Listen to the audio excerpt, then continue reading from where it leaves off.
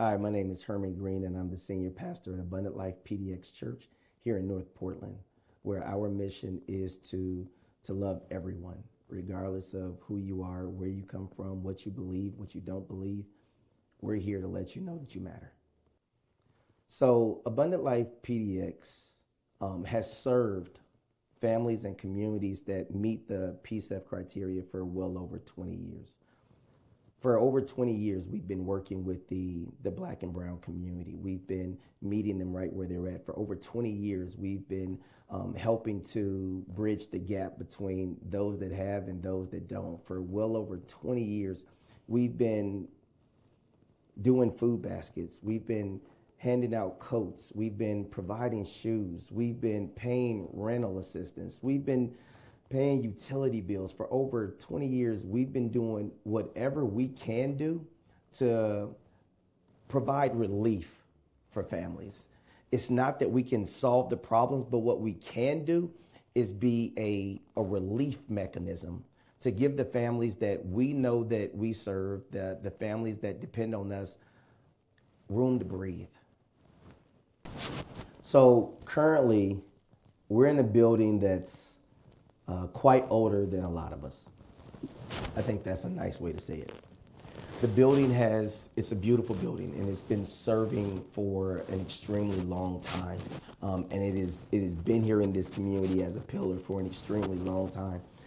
But one of the things that we also want to do is we want to share with our community, we want to share with the parishioners, we want to share with the young people around how this building that we're in can be used to be transformative, right? So we're going to be adding some, hopefully we'll be adding some solar panels. We'll be adding some backup battery power. We'll be adding some heat pumps so that we can heat our building better and cool our building better.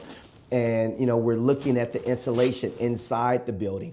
And the entire time, we're also sharing with the people in the church what it is that we're actually doing and why this is important. Because for a lot of our families and a lot of our communities, this is stuff that is way beyond them. This is stuff that there's no way that we could ever do something like this. There's no way that, that's for rich people. That's for somebody else. That's not for us.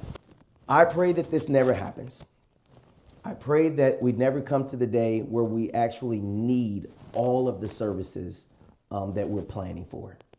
But should the power go out and there's no electricity or there's no way to keep your space heated, then I want the church to be a resiliency hub where those that need to get warmth can come and get warmth. Where those that need to be able to connect with their families, they'll be able to come here because we still have power, we still have food, we still have the ability to keep people warm, we still have the ability to keep people dry, we have the ability to get a message out that they'll see the church as a space, a hub in the community where they can come and get the support that they need so that they can possibly reach out to find out if loved ones are okay, to see how other family members are doing, or simply just get warmth and get shelter for an evening while they're trying to figure out what it is that they're going to do with their situation on tomorrow. And I want the church to be positioned as to where if all hell breaks loose, then we're ready.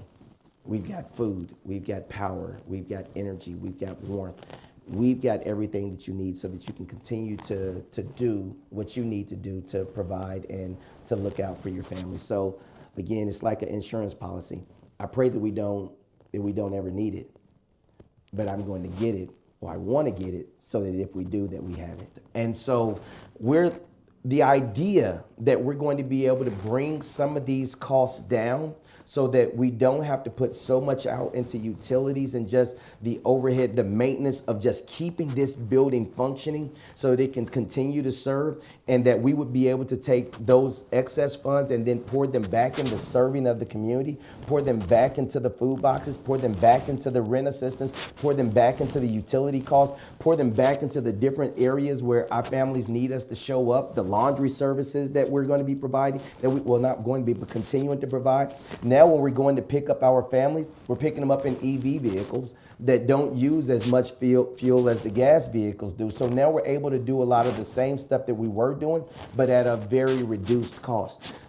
What can it do? It allows us to serve.